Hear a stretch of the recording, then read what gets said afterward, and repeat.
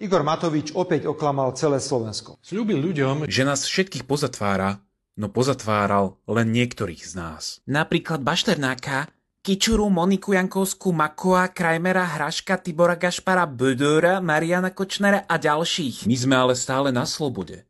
Na nás snáď zabudol? Veď ja som na čierno financoval stranu, a to vyslovene vlastnou hlavou. Ja som nakupoval 2 CTčka za cenu 4. Na Vazovovej som pil kolu a dojednával kšefty. Rozkrádali sme to tu na hulváta a zadlžili krajinu na 3 generácie dopredu. Môj striko nechal uniesť Vietnamca počas bieleho dňa vládnym špeciálom.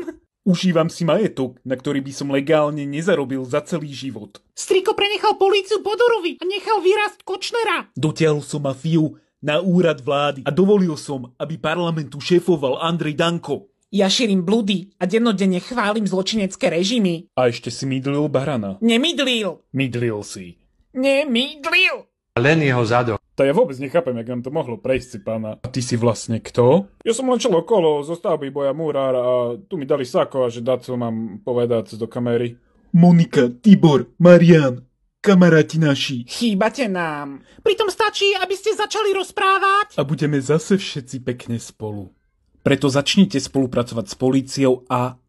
My prídeme. Naozaj som nemydlil barana. Ale mydlil.